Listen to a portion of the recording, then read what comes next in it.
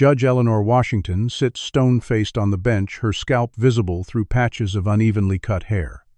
The courtroom falls silent as she stares directly at Officers Bennett and Calloway.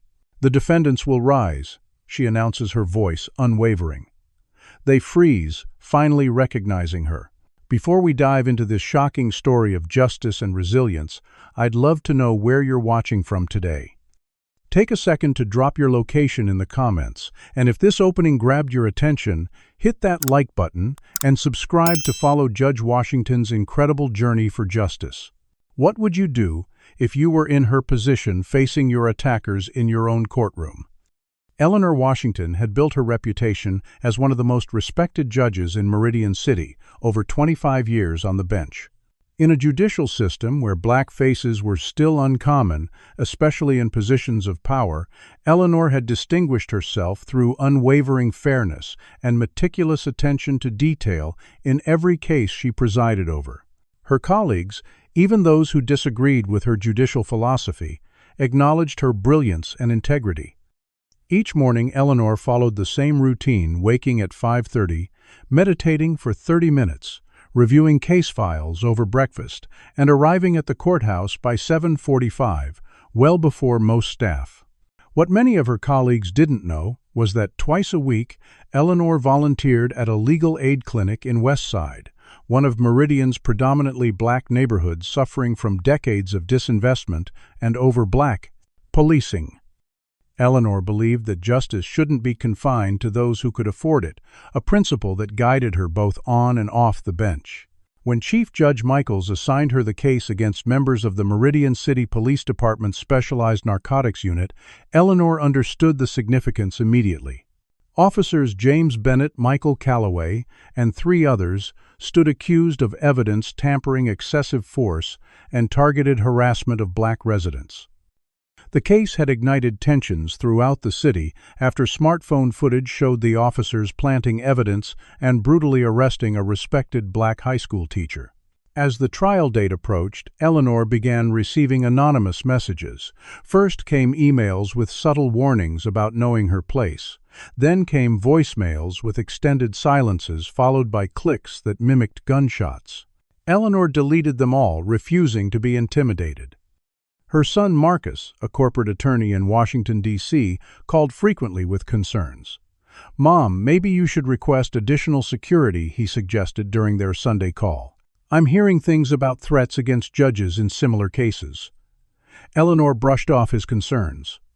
"I've been receiving empty threats my entire career, Marcus. If I stepped down every time someone disagreed with a black woman having authority, I'd never have made it past law school." Despite her confident response, Eleanor couldn't deny the increasing pressure as the trial date approached. District Attorney Rachel Chen requested a meeting to discuss case strategy and security concerns. A fierce prosecutor with 10 years of experience targeting public corruption, Chen didn't mince words. "Judge Washington, we have reason to believe members of the department are attempting to influence this case through intimidation. The defendants have powerful allies." Eleanor appreciated Chen's directness, but maintained her position. "I've reviewed the evidence, Miss Chen. I'll ensure this trial proceeds fairly and without external influence. That's all I can promise." That evening, Eleanor attended a community meeting at Westside Baptist Church. She sat quietly in the back, out of judicial robes, listening as residents described harassment at the hands of Meridian police.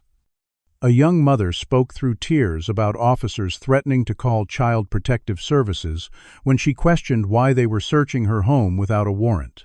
An elderly man described being roughly handled during a traffic stop when he reached for his cane.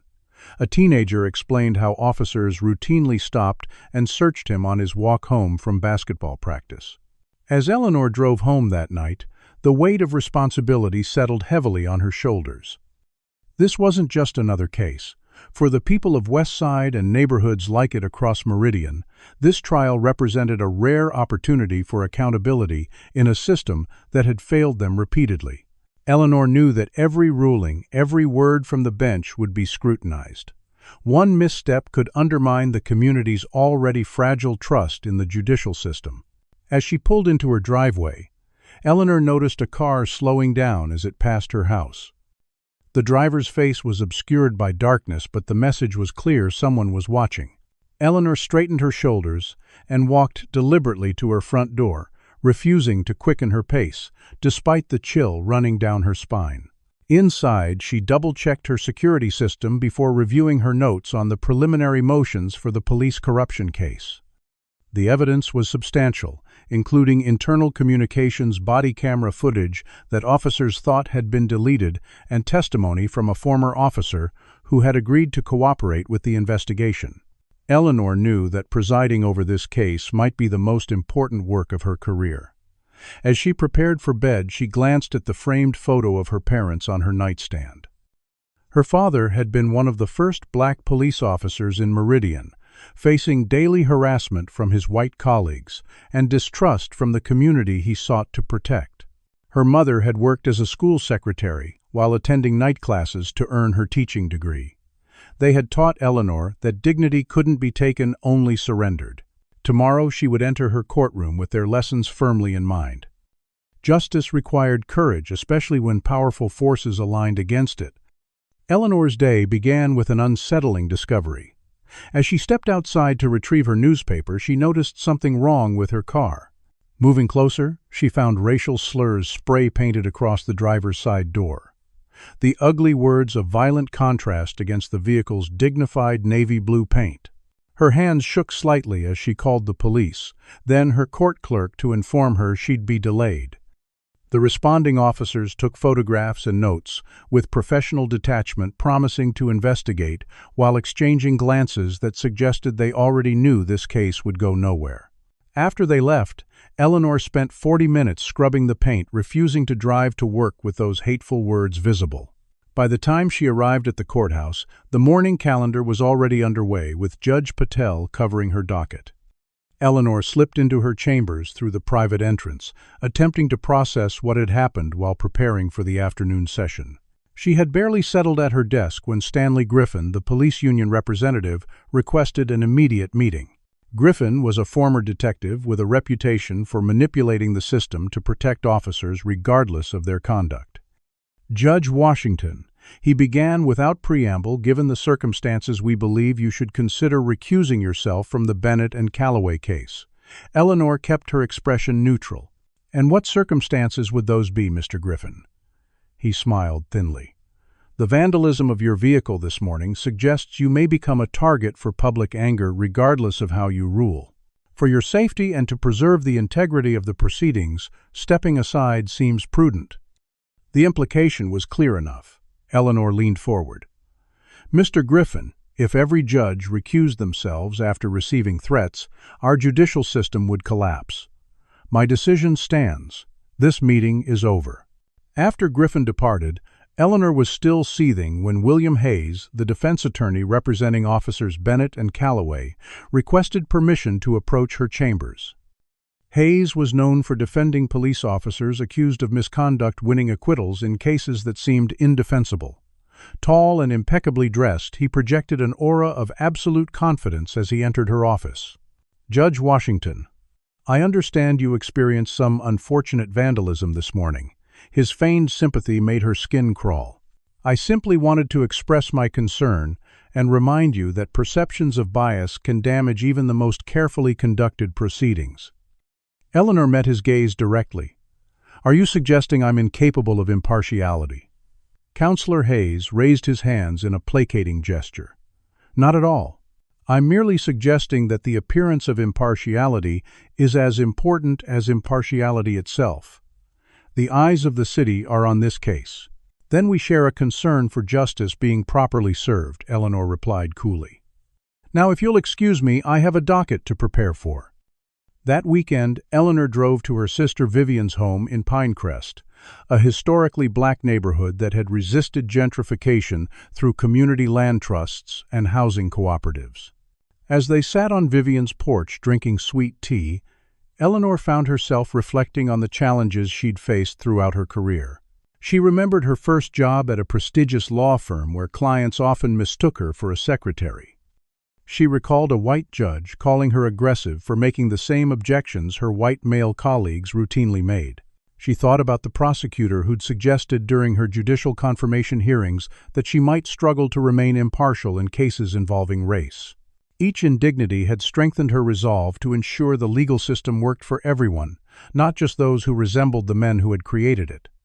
Driving home that evening, Eleanor noticed a dark sedan following her, maintaining a consistent distance through several turns. When she deliberately took a convoluted route, the car remained behind her. Heart-racing Eleanor drove directly to the police station, pulling into the brightly lit parking lot. The sedan continued past without slowing. The next morning she found 3 voicemails waiting on her Chambers phone. Each contained nothing but heavy breathing followed by racial slurs whispered in a voice deliberately disguised. Eleanor deleted them after documenting the times they were received. When Josephine, her clerk of 15 years, brought in the morning filings, she immediately sensed something was wrong. "Eleanor, what's going on? You look exhausted." Eleanor rarely shared personal concerns, maintaining professional boundaries, even with longtime colleagues. But Josephine had earned her trust through years of discretion and loyalty. "Someone's been making threats. Nothing specific enough to act on, but enough to be concerning." Josephine frowned. "Is this about the police corruption case?" Eleanor nodded. "It seems likely. The timing is certainly suggestive." "You should report this to court security," Josephine urged. "At minimum, they should provide an escort to your car." Eleanor shook her head. "That would only draw attention and potentially compromise the appearance of impartiality. I won't give the defense any ammunition for appeal." Later that afternoon, a courier delivered a small package to her chambers. Security had already screened it, finding nothing dangerous. Inside, Eleanor found a doll with most of its hair roughly cut off. A note accompanied it, reading simply, "Know your place." Eleanor stared at the doll, its mutilated appearance stirring something primal within her. The message was unmistakable, targeting both her race and her gender. She considered reporting the escalating intimidation, but hesitated. Any official complaint would become part of the record, potentially complicating the police corruption case. The defense would argue that she now had a personal grievance against the police department, creating grounds for recusal. Eleanor couldn't risk it. Justice for the community had to take precedence over her personal concerns. She placed the doll in her desk drawer and turned her attention to the pending motions in the case, determined not to be distracted from the task at hand. The officer's misconduct had harmed dozens of Meridian's most vulnerable residents. She wouldn't allow intimidation to prevent accountability, regardless of the personal cost.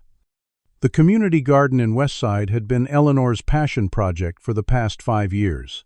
What began as an empty lot plagued by illegal dumping had transformed into 3 acres of vegetables, flowers, and fruit trees maintained by neighborhood residents. Eleanor arrived just before sunset, eager to check on the tomato seedlings she'd planted the previous weekend. Working with her hands in the soil provided a rare opportunity to disconnect from the pressures of the courtroom. As she knelt among the plants, greeting the other gardeners and exchanging gardening tips, Eleanor felt the weight of the upcoming trial temporarily lift from her shoulders. Judge Washington. "Those cucumber plants are coming along nicely," observed Mr. Jenkins, an 82-year-old neighborhood fixture who had taught generations of West Side children to grow food. "They're thriving thanks to your advice about companion planting," Eleanor replied, smiling. "I never would have thought to put marigolds alongside them." The community garden closed at dusk, but Eleanor had permission to stay later to complete administrative work in the small office. As garden coordinator, she managed the volunteer schedule and grant applications that kept the space operational. The work was tedious but necessary, and Eleanor often stayed late rather than taking paperwork home. By the time she finished, darkness had fallen completely. Eleanor gathered her belongings, locked the office, and walked toward the parking lot at the edge of the garden. The lot was poorly lit, with only one functioning streetlight, casting long shadows across the cracked asphalt. Eleanor had complained to the city about the inadequate lighting multiple times, but budget constraints were always cited as the reason for inaction. As she approached her car, Eleanor heard footsteps behind her. Before she could turn, someone grabbed her from behind, a gloved hand clamping over her mouth. "Don't scream if you want to live," a voice hissed in her ear as she felt something hard press against her ribs. Eleanor tried to struggle but felt another set of hands grab her arms. Within seconds, a hood was forced over her head, plunging her into darkness. How could this happen in a place she considered safe? What did these attackers want from her? Were they watching her all along? If you've ever experienced a moment when safety suddenly vanished, comment number 1 below. If you believe Judge Washington should have reported the earlier threats despite the potential impact on the case, hit that like button now. Have you ever had to choose between your personal safety and your principles? Subscribe and keep watching to see the terrifying ordeal Judge Washington is about to face. Eleanor was roughly shoved into what felt like the back seat of a vehicle. The doors slammed, and the car accelerated quickly, tires squealing against pavement. Through the hood, she could make out the voices of at least 3 men. "You think you're so important sitting up there in your fancy robe," one voice sneered. "Time someone taught you about real justice," another voice laughed. "Bet she wishes she'd minded her own business now." Eleanor tried to control her breathing, fighting against panic. She was a federal judge, a respected member of the community. Kidnapping her was a serious federal offense. Surely they wouldn't. The thought died as the car came to an abrupt stop. Eleanor was dragged from the vehicle and forced to walk across what felt like a concrete floor. The acoustics suggested a large empty space. The hood was suddenly ripped from her head, and Eleanor blinked against harsh light from overhead fixtures. She was in what appeared to be an abandoned warehouse, empty, except for some discarded machinery and her 3 captors. 2 wore ski masks, but the third removed his mask with a theatrical flourish. "Evening, Your Honor," said Officer James Bennett, his voice dripping with contempt. "Court's in session." Eleanor felt a chill run through her, as Officer Michael Calloway also removed his mask, smirking at her shocked expression. The third man remained masked, standing slightly behind the officers. "What do you think you're doing?" Eleanor demanded, struggling to keep her voice steady. "This is kidnapping. You're throwing away your careers and your freedom." Bennett stepped closer. "Our careers were over the moment you decided not to throw out the case against us. We know you've got it in for cops. Your daddy might have worn the badge, but you've spent your career helping criminals." Eleanor was stunned. They had investigated her personal history. "The evidence against you is substantial," she said firmly. "If you're innocent, you'll have the opportunity to defend yourselves in court." Calloway laughed harshly. "In your court, where you've already decided we're guilty because we're white officers who don't let animals run wild in our city." He spat on the ground near her feet. "You people always stick together." The naked racism stunned Eleanor into momentary silence. In her courtroom, such language would never be tolerated. Here, in this abandoned warehouse, she was suddenly just a black woman at the mercy of men who saw her humanity as conditional. "What do you want from me?" she finally asked. Bennett circled her slowly. "We want you to understand your place in the world, Judge." He practically spat her title. "See, you've forgotten that at the end of the day you're just another entitled black woman who got where she is through quotas and lowered standards." Eleanor stiffened. "I graduated top of my class at Harvard Law and have served on the bench for 25 years with an exemplary record. I earned every accomplishment through hard work and integrity. And you think that makes you better than us?" Calloway grabbed her arm roughly. "You think that gives you the right to ruin our lives over some drug dealer's complaints?" The third man stepped forward, placing a bag on a rusty table. "Enough talking. Let's get to the lesson." Eleanor watched in horror as he removed a pair of scissors and electric clippers from the bag. "What are you doing?" she asked, unable to keep the fear from her voice now. Bennett grinned. "You're so proud, aren't you? Walking around with your fancy judicial robes and your perfectly styled hair. We're going to help you remember what you really are." Calloway forced her into a chair while the third man held her shoulders. Bennett approached with the scissors. "Black women and their hair," he mocked. "So important to your identity, isn't it? Let's see how important you feel without it." Eleanor struggled against their grip. "Don't do this. You're only making things worse for yourselves." Her hair, worn in shoulder-length locks that had taken years to grow, was part of her identity. After decades of conforming to Eurocentric beauty standards to be taken seriously in her profession, embracing her natural hair had been an act of self-acceptance. Bennett began cutting, roughly hacking at her locks, while Calloway and the third man held her immobile. Eleanor closed her eyes, refusing to give them the satisfaction of seeing her tears as pieces of her hair fell to the floor. "Maybe next time you'll think twice before trying to ruin good officers' careers," Bennett said as he switched to the electric clippers. The buzzing sound filled Eleanor with dread as they moved across her scalp, leaving uneven patches of stubble behind. Throughout the humiliation, Eleanor remained silent, drawing on reserves of dignity her parents had instilled in her. These men could take her hair, but they couldn't take her integrity or her determination to see justice done. When they finished, Bennett grabbed her chin, forcing her to look at him. "Remember this feeling, Judge? Remember what happens when you forget your place."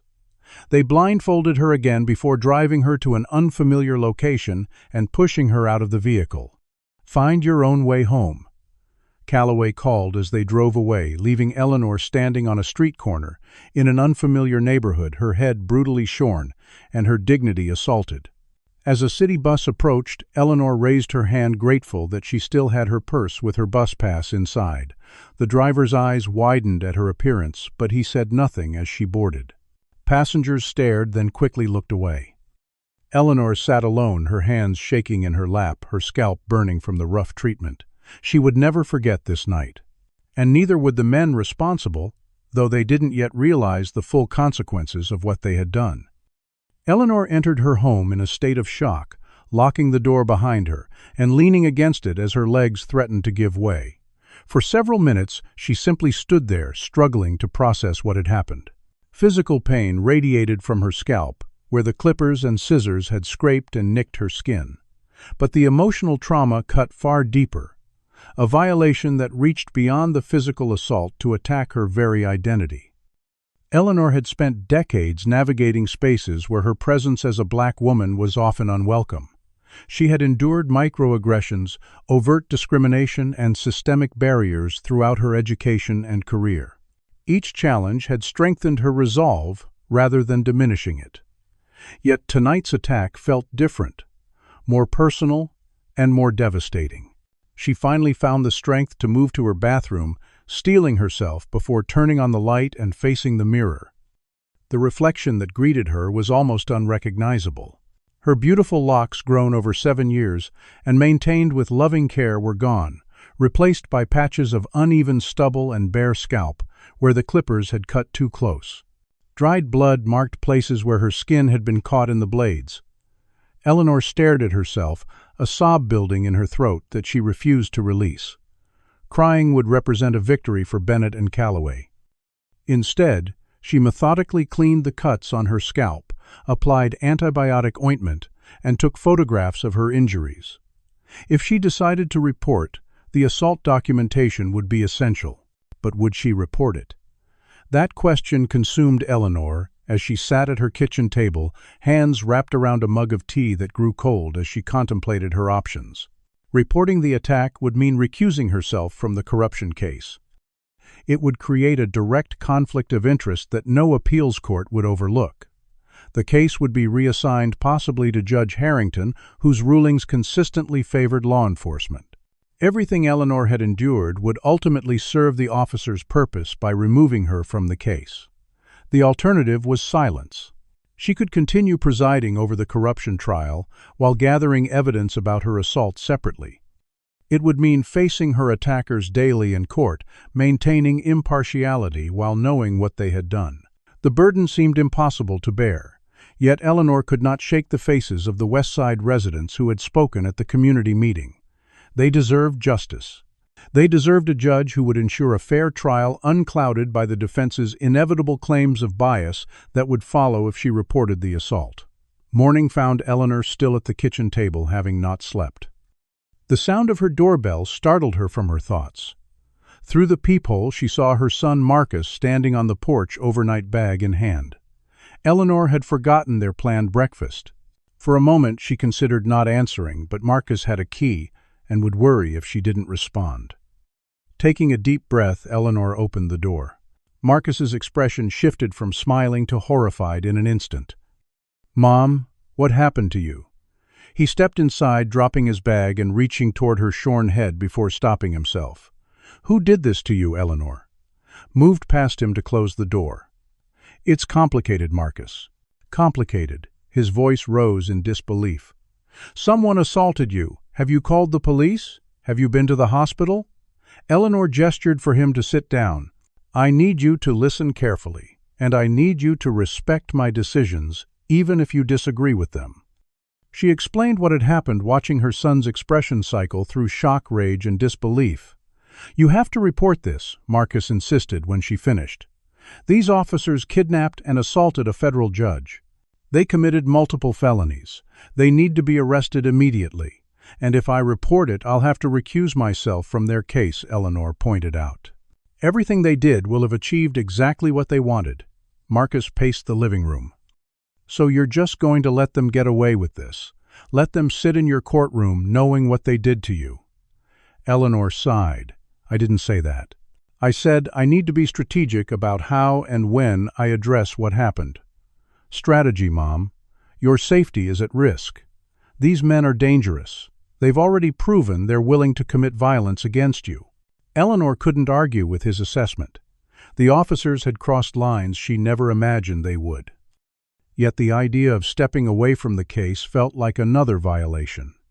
"I need time to think," she said finally. "I have a trusted friend I want to consult before making any decisions." Marcus clearly wanted to argue further, but recognized the resolute expression on his mother's face. "At least let me take you to urgent care to have those cuts properly treated." Eleanor agreed to this compromise, and they spent the morning at a clinic where a compassionate nurse treated her injuries without asking too many questions.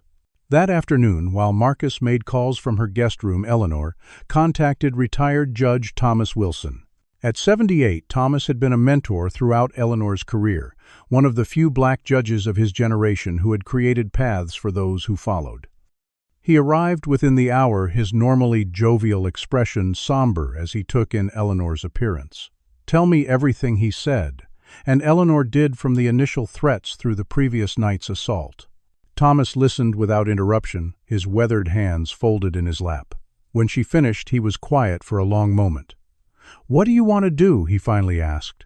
"Not what you think you should do, but what you want to do." Eleanor considered the question. "I want justice. For myself and for every person these officers have harmed. I want them to face consequences for their actions, all of their actions, and I want to be the one to ensure that happens." Thomas nodded slowly. "The path you're considering is extraordinarily difficult. You would be carrying a burden few judges have ever faced, maintaining judicial impartiality while having been victimized by the defendants before you." "Is it possible?" Eleanor asked. "Legally and ethically." "Legally, yes, if you don't report the assault until after the corruption trial concludes. There's no rule requiring immediate reporting, though it would certainly raise questions later." "Ethically," he paused. "That's a more complex question. Can you separate your personal trauma from your judicial responsibilities? Can you rule fairly on evidentiary matters and procedural questions, knowing what these men did to you?" Eleanor considered his questions carefully. "I believe I can. My personal feelings about these officers were irrelevant before the assault, and they remain irrelevant now.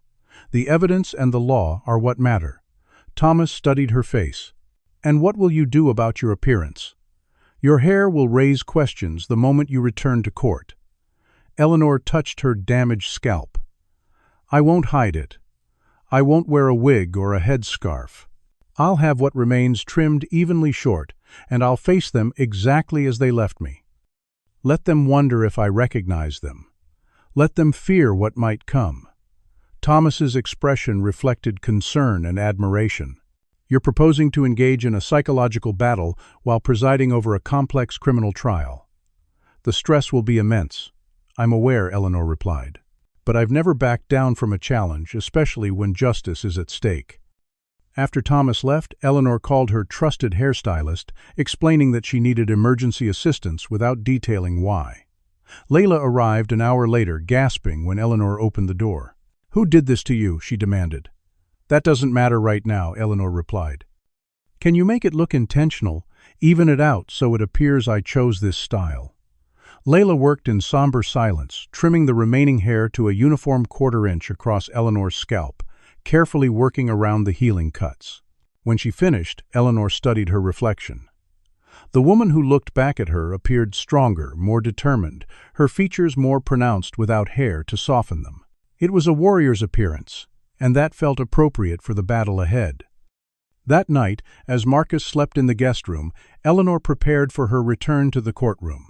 She laid out her judicial robe, selected conservative earrings to complement her new appearance, and reviewed the upcoming motions in the corruption case. Whatever personal trauma she had experienced, Eleanor Washington would not allow it to interfere with her duty to uphold justice. She would face Officers Bennett and Calloway across her courtroom, and they would never suspect that their attempt to intimidate her had only strengthened her resolve. The Meridian County Courthouse buzzed with speculation as Eleanor walked through the judge's private entrance Monday morning. Security officers did double takes, clearly shocked by her transformation, but professional enough not to comment directly. "Good morning, Judge Washington," said Officer Martinez, recovering quickly. "It's good to see you." Eleanor nodded acknowledgement, maintaining the dignified demeanor she had cultivated over decades on the bench. In her chambers, Josephine gasped audibly when Eleanor entered. "Eleanor, your hair." Her hand flew to her mouth. What happened? Eleanor had prepared for this moment, crafting a response that wasn't technically a lie, but avoided the traumatic truth. "I decided it was time for a change," she said with forced lightness. "Something more manageable." Josephine clearly didn't believe her. Her eyes narrowed as she noted the small healing cuts visible on Eleanor's scalp. "A change wouldn't leave injuries," she said quietly. "Someone did this to you, didn't they?" Eleanor met her gaze steadily. "Josephine, I need you to trust me right now. There are things I can't discuss, but I assure you I'm addressing the situation appropriately." Josephine wanted to press further, but years of professional respect won out. "I'm here if you need anything," she said finally. "Anything at all." Eleanor reviewed the day's calendar before donning her judicial robe. The police corruption case was scheduled for a motions hearing at 10 o'clock. Officers Bennett and Calloway would be present, likely expecting her to have recused herself following their attack. Their surprise would be the first small victory in what Eleanor knew would be a long campaign. At precisely 10 o'clock, Eleanor entered her courtroom. The usual rustle of movement as people stood froze halfway as shock, registered on nearly every face. Eleanor proceeded to her seat with measured steps, refusing to hurry or show any sign of discomfort under the collective stare. "Be seated," she instructed, her voice carrying the same authority it always had. As she arranged her papers, Eleanor allowed herself a brief glance at the defense table. Officers Bennett and Calloway sat beside their attorney, William Hayes. The moment they recognized her was unmistakable. Bennett's face drained of color while Calloway's eyes widened in naked shock before he managed to compose himself. Neither had expected her to appear, and certainly not with the evidence of their assault visible for all to see. District Attorney Rachel Chen approached the bench first. "Your Honor, the prosecution is prepared to argue our motion to admit the contested evidence from Officer Rivera's personal devices." Eleanor nodded. And defense counsel Hayes approached more slowly, his eyes repeatedly drawn to Eleanor's shorn head, despite his obvious attempts to maintain professional focus. Defense is prepared to respond. "Your Honor, though we had understood there might be a change in judicial assignment for this case," Eleanor met his gaze directly. "Your understanding was incorrect. Counselor, this court remains as assigned. You may proceed with your argument." The hearing continued with Eleanor ruling on procedural matters with her customary precision. She denied the defense's motion to exclude testimony from a former officer who had agreed to cooperate with the prosecution. She granted the prosecution's request to admit text messages between the defendants discussing their targeting of black residents for searches and arrests. Throughout, she could feel Bennett and Calloway watching her, their initial shock, giving way to growing anxiety. When court recessed for lunch, Eleanor returned to her chambers to find 3 messages from media outlets requesting comment on her dramatic new hairstyle. The courthouse grapevine had clearly been active. Eleanor instructed Josephine to respond with a simple statement that Judge Washington would not be commenting on personal matters unrelated to cases before her court. As she ate the sandwich Josephine had brought her, Eleanor was interrupted by a knock at her door. Rachel Chen stood in the hallway, her expression concerned. "Judge Washington, may I speak with you privately?" Eleanor hesitated, then stepped aside to allow the prosecutor to enter. Once the door closed, Chen spoke quietly. "I don't want to overstep, but I need to ask if you're okay. Your appearance today was unexpected." Eleanor maintained her composed facade. "Miss Chen, while I appreciate your concern, my personal choices are not relevant to the case before this court." Chen persisted gently. "Judge Washington, I've worked with you on numerous cases over the years. This wasn't a personal choice. Something happened, and given the defendants in our current case, I'm concerned about the possibility of witness intimidation or judicial interference."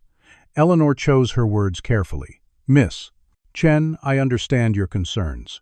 If I had evidence of witness intimidation or obstruction of justice, I would address it appropriately. For now, I suggest we focus on the substantial case you've built against these officers." Chen clearly wanted to press further, but recognized the boundary Eleanor had established. "Of course, Your Honor. I just want you to know that my office stands ready to investigate any misconduct regardless of who's involved." When court resumed that afternoon, Hayes approached the bench immediately. "Your Honor, in light of recent developments, the defense requests a sidebar."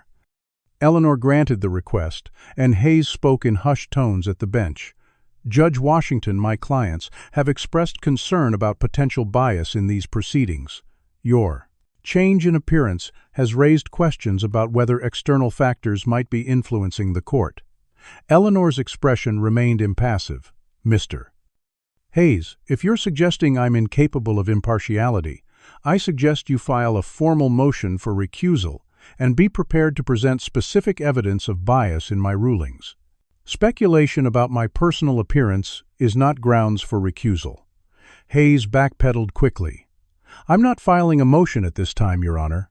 I'm simply expressing concerns." "Your concerns are noted," Eleanor replied coldly. "Now let's proceed with the evidentiary hearing." Throughout the afternoon, Eleanor observed Bennett and Calloway growing increasingly agitated. They whispered urgently to Hayes during breaks in testimony, their eyes repeatedly drawn to her appearance. Eleanor maintained absolute professionalism, ruling on objections with careful reference to precedent and statutory requirements. She neither favored the prosecution nor handicapped the defense. Justice would be served through meticulous adherence to the law, not through personal vendettas. When court adjourned for the day, Eleanor remained on the bench until the courtroom cleared. Only then did she permit herself a moment of exhaustion, closing her eyes briefly before gathering her notes. She had survived the first confrontation. The officers clearly recognized her and feared what she might remember about their attack, but they were trapped in an impossible position. Any claim they might make about the assault would be a confession to serious federal crimes. Their only option was to proceed with the trial, watching nervously as Eleanor controlled their fate. As Eleanor walked to her car that evening, she felt eyes following her progress. Fear briefly flickered through her, but she pushed it aside. The officers had made their move, and she had countered it. Now the true battle would unfold in her courtroom, where evidence and law would determine the outcome. Eleanor drove home with renewed determination. She had demonstrated her courage by returning to court visibly transformed. Now she would demonstrate her integrity by ensuring that justice was served based solely on the evidence and the law. The officers had underestimated her when they attacked her, assuming she would recuse herself or be too traumatized to continue. Their miscalculation would prove costly, though not in the way they might expect. Eleanor was not seeking revenge. She was seeking justice both for herself and for every person these officers had harmed through their abuse of power. And justice, when properly served, was far more potent than vengeance. 3 weeks into the corruption trial, the prosecution's case against officers Bennett and Calloway had grown formidable. Rachel Chen methodically presented evidence of falsified reports excessive force incidents, and racial profiling patterns that demonstrated a clear abuse of power. Former Officer Luis Rodriguez testified that the narcotics unit maintained unofficial quotas for arrests in predominantly black neighborhoods while avoiding similar enforcement in affluent white areas. Body camera footage that the officers thought had been deleted showed them planting evidence in a suspect's car while making racist comments. Throughout the proceedings, Eleanor maintained meticulous control of her courtroom. She ruled on objections with consistent reference to precedent, allowing admissible evidence while excluding anything that might provide grounds for appeal. With each passing day, she noted subtle changes in Bennett and Calloway's demeanor. "Hayes, if you're suggesting I'm incapable of impartiality, I suggest you file a formal motion for recusal and be prepared to present specific evidence of bias in my rulings. Speculation about my personal appearance is not grounds for recusal." Hayes backpedaled quickly. "I'm not filing a motion at this time, Your Honor. I'm simply expressing concerns." "Your concerns are noted," Eleanor replied coldly. "Now let's proceed with the evidentiary hearing." Inside was a flash drive and a handwritten note. "Judge Washington, I know what happened to you. Check the attached footage." With cautious curiosity, Eleanor inserted the drive into her computer. The video showed grainy security camera footage from a building near the community garden, capturing distant figures, forcing someone into a vehicle on the night of her assault. Though the quality was poor, the timestamp and location matched perfectly. Eleanor felt a complex surge of emotions. The footage wasn't clear enough to identify her attackers, but it confirmed the assault had occurred and provided corroborating evidence. She carefully copied the file, returned the original drive to the envelope, and locked it in her secure cabinet. This anonymous tip represented the first piece of evidence from an outside source that could eventually support her case against the officers. As Eleanor prepared for the day's proceedings, Josephine entered with the morning's filings. "Judge, there's something else you should know," she said hesitantly. "A man came by maintenance yesterday asking about the security cameras in the judge's parking area. He claimed to be from IT, but didn't have proper identification. Security is reviewing their footage now." Eleanor nodded calmly, though her pulse quickened. "Thank you for letting me know. Please keep me informed of what security discovers." The trial resumed with testimony from Dr. Amara Jackson, a data scientist who had analyzed 5 years of arrest data from the Meridian Police Department. Her findings showed that black residents were 6 times more likely to be searched during routine traffic stops than white residents, and 8 times more likely to be arrested for drug possession, despite survey data showing similar rates of drug use across racial groups. As Dr. Jackson presented her statistical analysis, Eleanor noticed Officer Calloway becoming increasingly agitated. His leg bounced nervously under the table, and he repeatedly passed notes to his attorney. When Hayes rose to cross-examine, his strategy was to attack Dr. Jackson's methodology rather than her findings.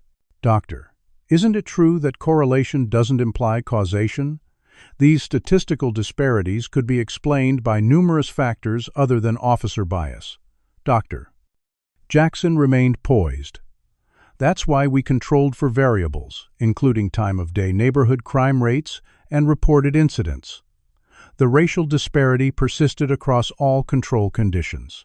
During the afternoon recess, Eleanor received word that a witness had come forward. Darius Johnson, a night security guard at a business near the community garden, had seen a woman matching Eleanor's description being forced into a vehicle on the night of her assault. He had initially hesitated to come forward, fearing police retaliation, but the ongoing trial had convinced him to speak up. Eleanor instructed her judicial assistant to direct Mr. Johnson to the district attorney's office, rather than speaking with him directly. She couldn't compromise her role in the corruption case by becoming involved in the assault investigation, but she could ensure the witness's information reached the appropriate authorities. As she reviewed her notes during the break, Eleanor considered how the pieces were gradually falling into place. Between the security footage and the witness evidence of the assault was accumulating independently of her testimony. She could continue presiding over the corruption trial with complete impartiality while a separate investigation into her assault built in the background. When court resumed, Officer Bennett took the stand in his own defense.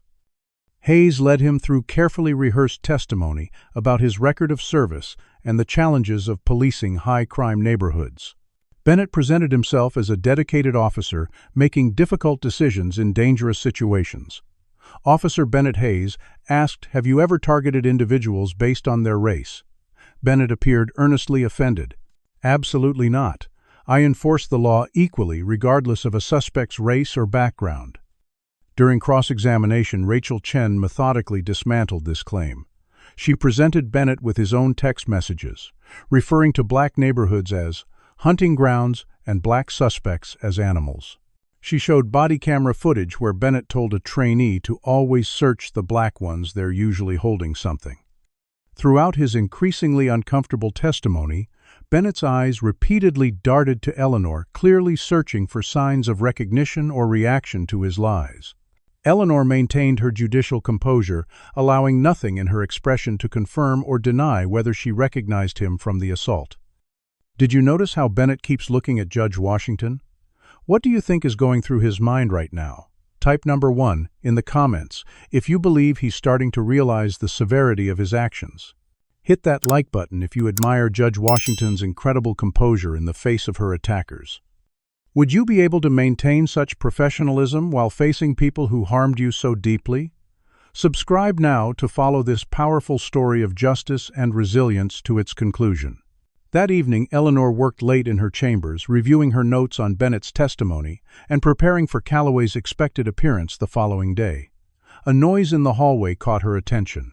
Stepping to her door, she found the corridor empty but noticed a manila envelope on the floor. Inside was a police report about a disturbance near the community garden on the night of her assault filed, but never investigated. The report mentioned an unidentified woman being forced into a vehicle, but the responding officer had classified it as unfounded without proper investigation. Eleanor added this document to her growing file of evidence. Despite maintaining her focus on the corruption trial, Eleanor experienced nightmares and anxiety that she concealed from everyone. She would wake in the middle of the night feeling phantom hands restraining her and hearing Bennett's voice mocking her as her hair was cut. During quiet moments in court, traumatic flashbacks would threaten to overwhelm her, requiring tremendous mental discipline to maintain her composure. No one, not even Marcus, who called daily, knew the full extent of her suffering. Throughout the 6th week of trial, Eleanor noticed increasing tension between Bennett and Calloway. They no longer sat close together at the defense table, and their whispered exchanges had taken on an argumentative tone. Hayes appeared frustrated by their deteriorating relationship, especially after Calloway contradicted several points of Bennett's testimony during his own time on the stand.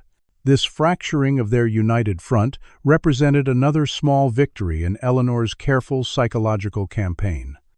The prosecution's case concluded with testimony from community members who had experienced harassment and abuse at the hands of the defendants.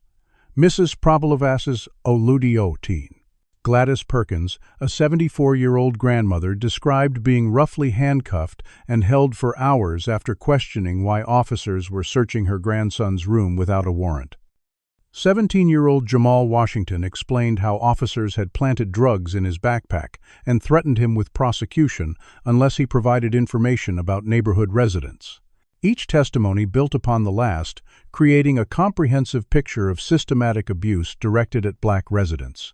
Throughout this powerful testimony, Eleanor maintained her role as an impartial adjudicator while silently acknowledging her kinship with these victims. Like her, they had been treated as less than full citizens deserving of dignity and respect. Like her, they had found ways to maintain their humanity in the face of dehumanizing treatment. Unlike her, many had never received the opportunity for justice that this trial represented. As the defense began presenting its case, William Hayes requested a private meeting with Eleanor. Though wary, she agreed to see him in her chambers with her clerk present as a witness. Hayes closed the door carefully before speaking. "Judge Washington, my clients have expressed concern about potential connections between this case and other matters." His careful phrasing and meaningful glance at her hair made his implication clear. "Mr. Hayes, If your clients have concerns about specific legal matters, they should address them through proper channels. Eleanor replied evenly. This court is concerned only with the charges before it. Hayes leaned forward. With all due respect, Your Honor, there have been concerning developments. Anonymous evidence appearing mysteriously, witnesses coming forward weeks after the fact. My clients are concerned about potential conflicts of interest. The implied threat hung in the air between them. Eleanor met his gaze steadily. Counselor, if you're suggesting impropriety in these proceedings, I invite you to file a formal motion with specific allegations. Otherwise, this conversation is inappropriate and potentially an attempt to influence a federal judge, which, as you know, carries serious penalties. Hayes backpedaled quickly. I'm merely conveying concerns, Your Honor. No allegations are being made at this time. Then we have nothing further to discuss. Eleanor concluded firmly. Court resumes in 15 minutes. The exchange confirmed what Eleanor had suspected. The officers had connected her appearance to their assault, but were trapped in an impossible position. Any attempt to use the assault against her would require admitting their involvement in serious federal crimes. Their only option was veiled implications that Eleanor could easily deflect. As the trial entered its final phase, Eleanor knew the true test of her judicial integrity lay ahead. She would need to rule, based solely on the evidence presented in court, regardless of her personal knowledge of the defendant's additional crimes. Justice demanded nothing less, and Eleanor Washington had dedicated her life to the pursuit of justice. The corruption trial had entered its 8th week when Eleanor received a hand-delivered motion from William Hayes requesting an immediate private conference regarding urgent matters affecting the integrity of the proceedings. Though skeptical of Hayes's intentions, Eleanor agreed to the meeting with the stipulation that court reporters would transcribe everything said. Hayes arrived at her chambers precisely at the appointed time, his usual confidence noticeably diminished. "Thank you for agreeing to meet Judge Washington," he began once they were seated in Eleanor's private conference room. The court reporter positioned herself discreetly in the corner, fingers poised over her stenotype machine. "I find myself in an ethically challenging position that requires the court's immediate attention."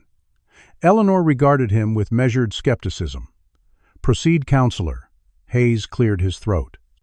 "Information has come to my attention suggesting a potential conflict of interest that might compromise these proceedings. Specifically, I have reason to believe Your Honor may have had extrajudicial contact with the defendants in this case." Though Eleanor had anticipated this approach, hearing the veiled reference to her assault stated officially sent a chill through her. She maintained her composed exterior. "That's a serious implication, Mr. Hayes." "Do you have specific allegations to present to this court?" Hayes shifted uncomfortably. "My clients have indicated that they may have encountered Your Honor in a context outside of these proceedings. If such an encounter occurred, it might create an appearance of bias that could compromise the integrity of this trial." Eleanor noted his careful phrasing designed to raise the issue without having his clients admit to criminal conduct. "Mr.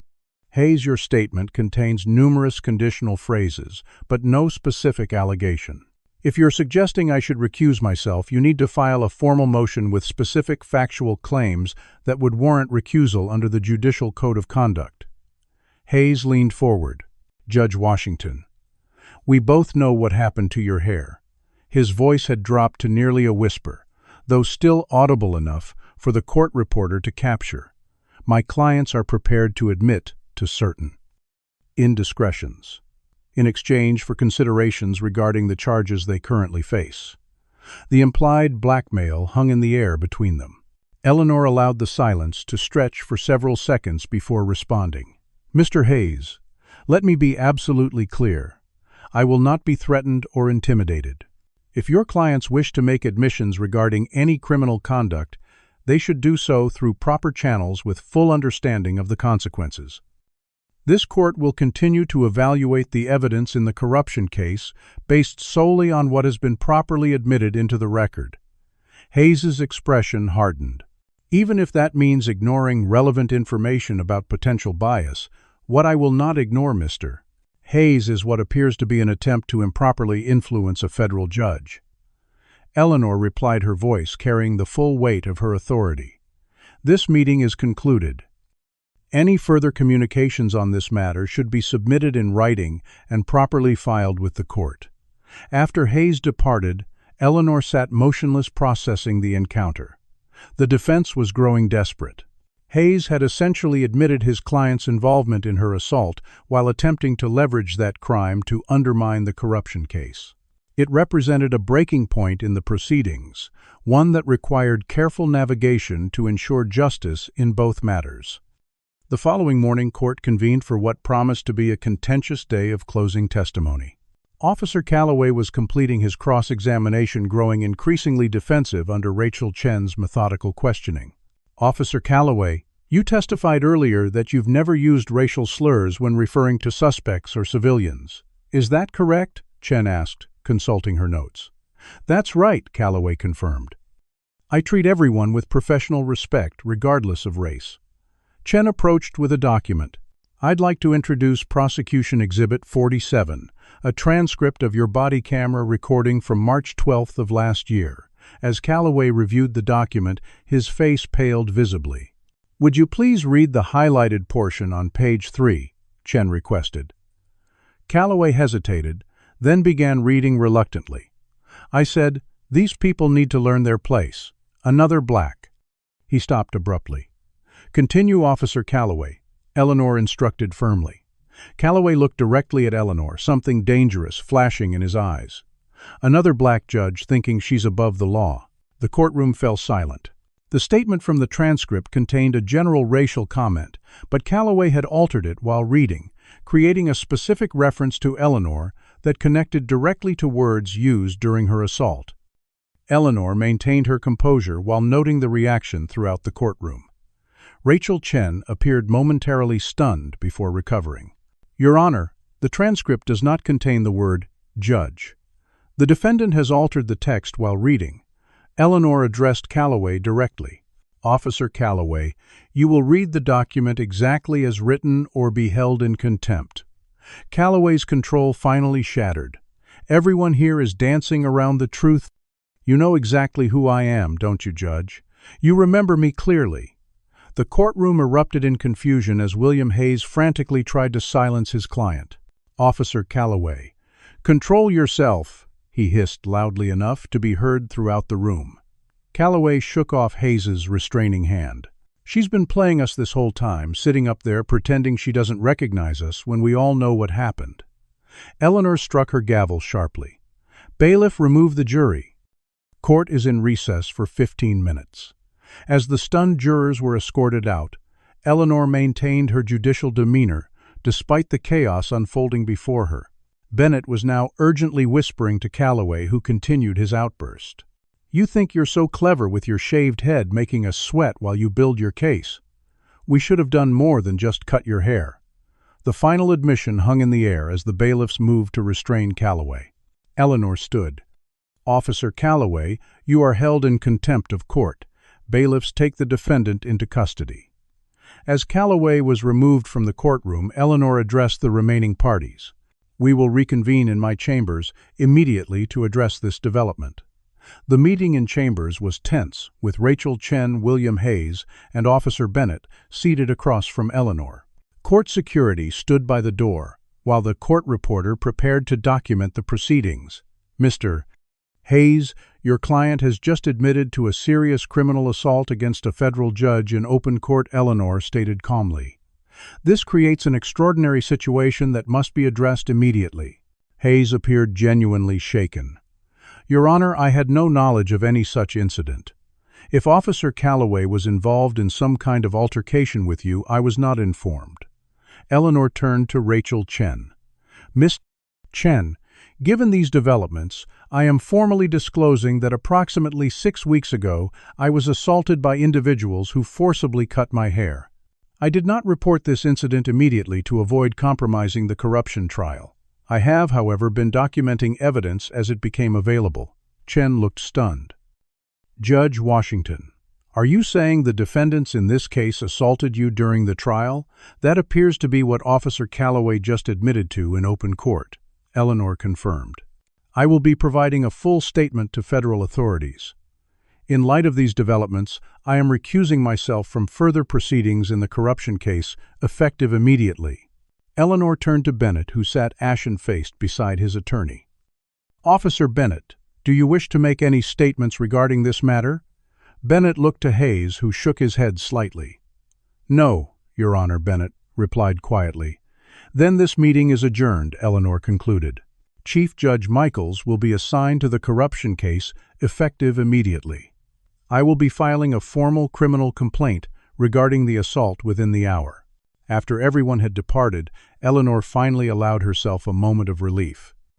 The truth was now, in the open, brought forth not by her accusations, but by Calloway's own uncontrolled admission. Justice for the corruption victims could proceed under Judge Michaels' supervision, while Eleanor could now openly seek justice for herself. The path forward had clarified in a way she couldn't have anticipated, triggered by Calloway's own arrogance and rage. As Eleanor prepared her formal statement for federal investigators, she reflected on the journey that had brought her to this moment. What had begun as an attempt to intimidate her had instead revealed the true character of these officers to the entire courtroom and soon to the entire city. They had sought to diminish her to put her in her place. Instead, they had elevated her into a position of moral authority that transcended her judicial role. Eleanor touched her short hair, now growing in evenly across her scalp. What had been meant as humiliation had become a symbol of her resilience and courage. The officers had failed to understand that dignity comes not from appearance, but from integrity. It was a lesson they would now learn at considerable cost. 2 days after Calloway's courtroom confession, Chief Judge Robert Michaels called an emergency hearing regarding the police corruption case. Eleanor attended not as the presiding judge, but as a witness and victim seated in the gallery rather than on the bench. The courtroom was packed, news of Calloway's outburst having spread throughout the city. Judge Michaels, a veteran jurist known for his no-nonsense approach, addressed the assembled parties. "Before we proceed with the corruption trial, we must address the extraordinary developments that occurred in this courtroom on Wednesday. The court has received information suggesting that the defendants may have committed additional serious crimes during these proceedings. Accordingly, I have granted the prosecution's request for a special evidentiary hearing." Rachel Chen approached the podium. "Your Honor, the prosecution requests permission to present evidence regarding an assault committed against Judge Eleanor Washington by defendants Bennett and Calloway during the course of this trial." William Hayes immediately objected. "Your Honor, such allegations are entirely separate from the corruption charges my clients face. Including them now would unfairly prejudice the jury." Judge Michaels considered briefly. "Mr. Hayes, I'm inclined to agree that these matters should be handled separately to avoid prejudice. However, Officer Calloway's statements in open court directly connected the two cases. The jury has already heard his admission." He turned to the jury box. "I am declaring a mistrial in the corruption case. A new trial will be scheduled with a different jury. For now, we will proceed with this evidentiary hearing regarding the alleged assault on Judge Washington, as it may impact bail considerations for your clients." Hayes appeared stunned by this development, while Chen nodded with grim satisfaction. Eleanor watched the proceedings with a strange sense of detachment. After weeks of maintaining her judicial persona, while privately suffering, she now sat as an ordinary citizen seeking justice. Judge Michaels turned to her. "Judge Washington, are you prepared to testify regarding these allegations?" Eleanor stood. "I am, Your Honor." Taking the witness stand felt surreal after so many years of occupying the bench. Eleanor was sworn in, acutely aware of Bennett and Calloway watching her from the defense table. Calloway remained defiant, while Bennett appeared increasingly resigned. Rachel Chen approached. "Judge Washington, can you please describe what happened to you on the evening of April 15th? With measured composure, Eleanor recounted the entire assault, from being abducted at the community garden to being abandoned on a street corner. With her hair brutally cut, she identified Bennett and Calloway as two of her attackers, along with a third individual whose identity remained unknown. Throughout her testimony, Eleanor maintained the same dignified demeanor she had exhibited on the bench, her voice steady, despite the traumatic content of her account. "Why didn't you report this assault immediately?" Chen asked. "I believed reporting would require my recusal from the corruption case," Eleanor explained. "I was concerned that justice for the community members harmed by these officers would be compromised if the case were reassigned. I decided to continue presiding while gathering evidence about the assault independently." Chen introduced the surveillance footage that had been anonymously provided to Eleanor, showing distant figures forcing someone into a vehicle near the community garden.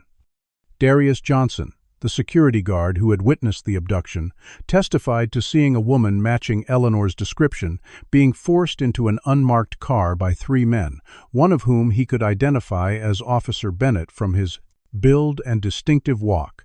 Forensic evidence was presented next. Hair samples matching Eleanor's genetic profile had been recovered from the abandoned warehouse, identified through anonymous tips. Tire impressions matched the specific police vehicle assigned to Bennett and Calloway on the night in question, placing them at the scene. Most damning was cellular data showing both officers' phones pinging towers near the community garden and the warehouse at the exact times Eleanor had described, contradicting their official duty locations for that evening. Throughout the presentation of evidence, Eleanor observed Bennett's increasing distress. He repeatedly whispered urgently to Hayes, who appeared to be discouraging him from speaking. Finally, when Hayes approached for cross-examination, his strategy became clear. "Judge Washington, isn't it true that you harbored bias against my clients from the beginning of the corruption trial?" he asked. Eleanor regarded him steadily. "I approached the corruption case with the same impartiality I bring to every matter before my court. Yet you continued presiding over their case after they allegedly assaulted you. Doesn't that suggest a desire for personal vengeance rather than judicial impartiality?" Hayes pressed. "It suggests a commitment to ensuring justice was served in a case affecting numerous community members," Eleanor countered. "Had I recused myself immediately, the case would likely have been delayed significantly or potentially reassigned to a judge who might not have given the community victims a fair hearing." Hayes continued his aggressive questioning, attempting to portray Eleanor as vindictive and biased. Throughout, she maintained her composure, answering truthfully, while highlighting her commitment to judicial ethics even under extraordinary circumstances. When Hayes concluded his cross-examination, Judge Michaels called a brief recess. During the break, Eleanor observed Bennett in intense conversation with Hayes, appearing increasingly agitated. When court resumed, Hayes approached the bench. "Your Honor, my client James Bennett wishes to make a statement." Judge Michaels raised an eyebrow. "Is your client prepared to waive his right to remain silent, understanding that anything he says may be used against him?" Hayes nodded reluctantly. "He insists, Your Honor." Bennett approached the podium, his shoulders slumped in defeat. "I want to confirm that Judge Washington's testimony is accurate," he began, ignoring Hayes's attempt to interrupt him. "Calloway John Rutledge from Internal Affairs and I assaulted her as described. We believed intimidating her would force her recusal from our case, or at least ensure she ruled in our favor. I was wrong. I've watched her preside over our case with complete fairness despite what we did to her." His admission stunned the courtroom into silence. Judge Michaels recovered first. "Officer Bennett, you understand this admission may be used in prosecuting you for serious federal crimes." Bennett nodded. "I do. I can't keep lying." Judge Washington showed more integrity sitting on that bench with her hair cut off than I've shown in my entire career. She deserves justice. Calloway erupted from his seat. "You weak piece of garbage. They can't prove anything without your confession." As bailiffs restrained Calloway, Judge Michaels ordered both defendants remanded to custody without bail, citing the serious nature of the charges and the demonstrated willingness to interfere with judicial proceedings. As Bennett was led away, he paused near Eleanor. "I'm sorry," he said quietly. "It doesn't change anything, but I need you to know that." Eleanor acknowledged his words with a slight nod, neither accepting nor rejecting his apology. The hearing concluded with Judge Michaels ordering immediate federal indictments for kidnapping and assaulting a federal judge, along with obstruction of justice and civil rights violations. Rachel Chen approached Eleanor as the courtroom cleared. "We'll be filing additional charges against John Rutledge as well." Internal Affairs Protecting Corrupt Officers explains a lot about how this department has operated. Eleanor nodded thoughtfully. The corruption goes deeper than just these officers. Their behavior was enabled by a system that protected them while abandoning the communities they were supposed to serve.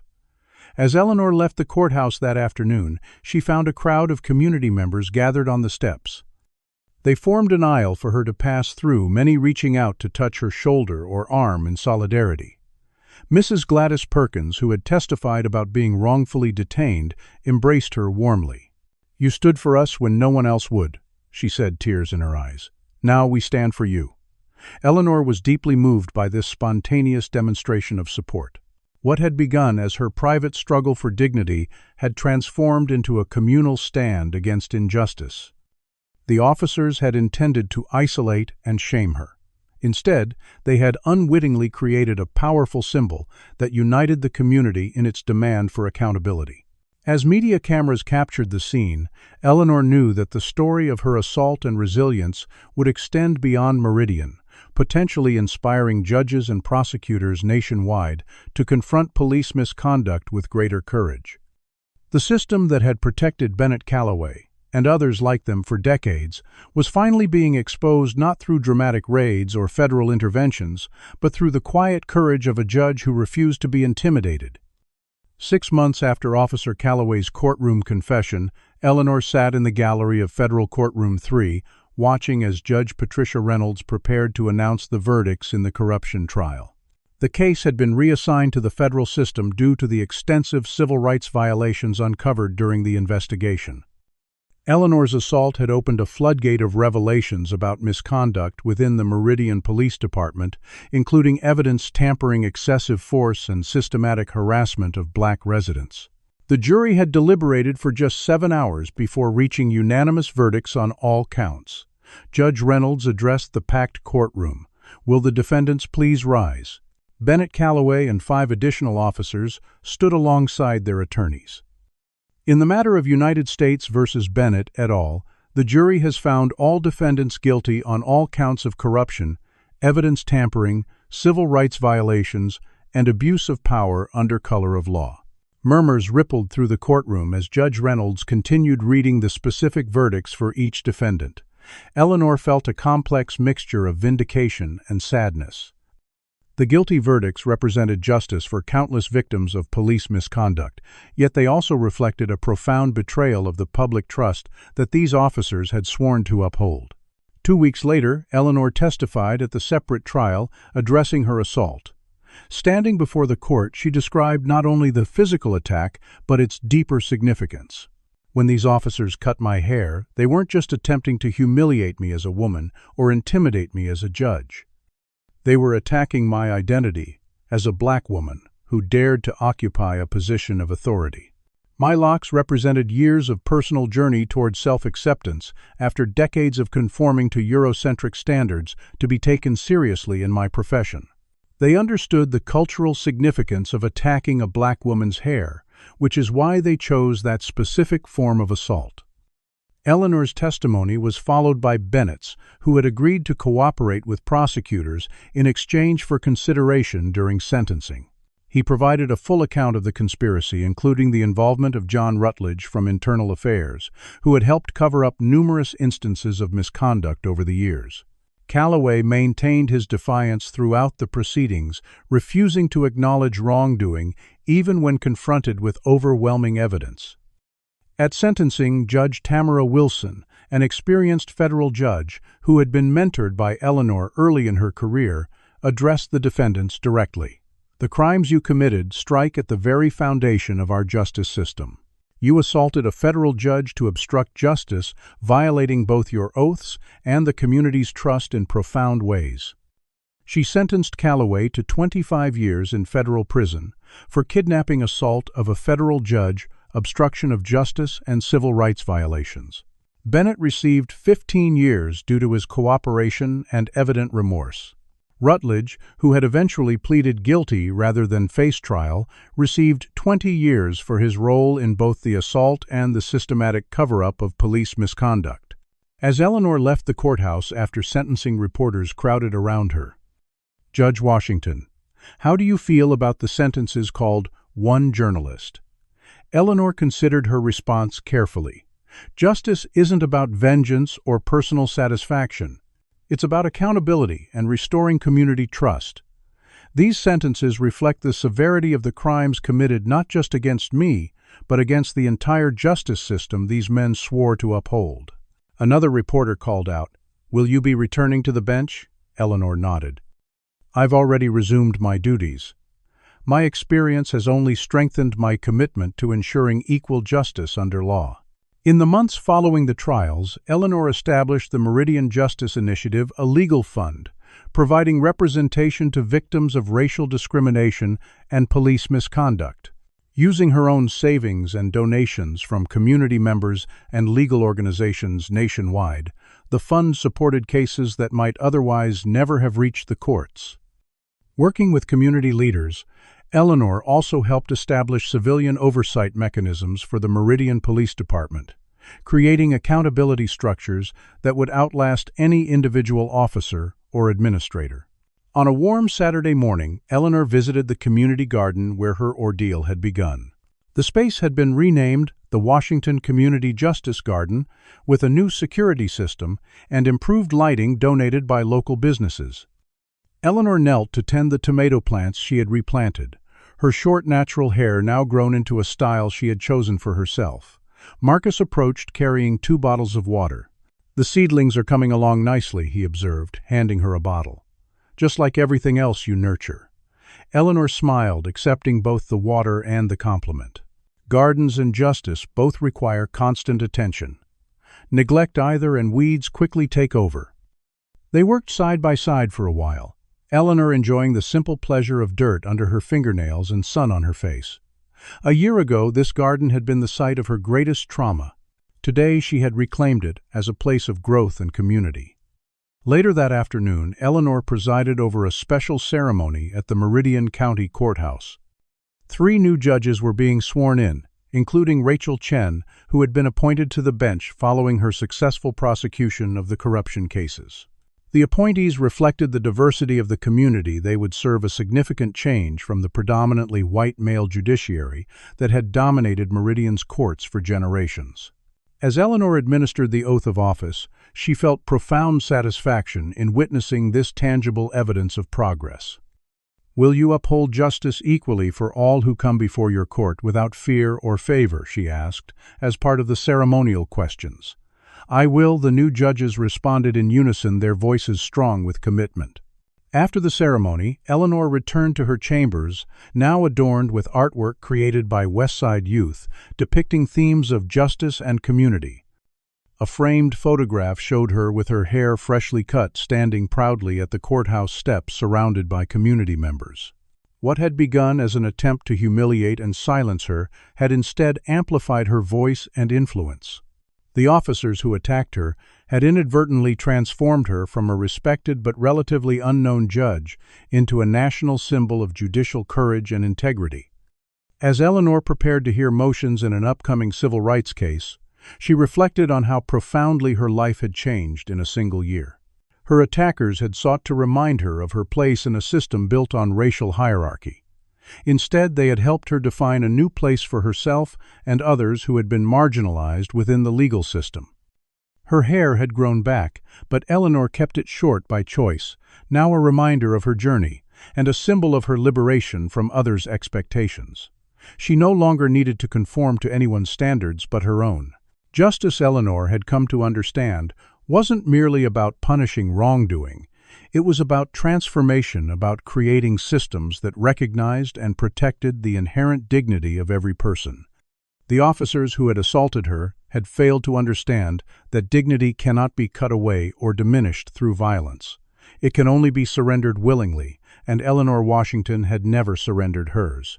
What did you think about Judge Washington's journey from victim to champion of justice? Has her story inspired you to stand up against injustice in your own community? Comment below with your thoughts on how one person's courage can transform an entire system.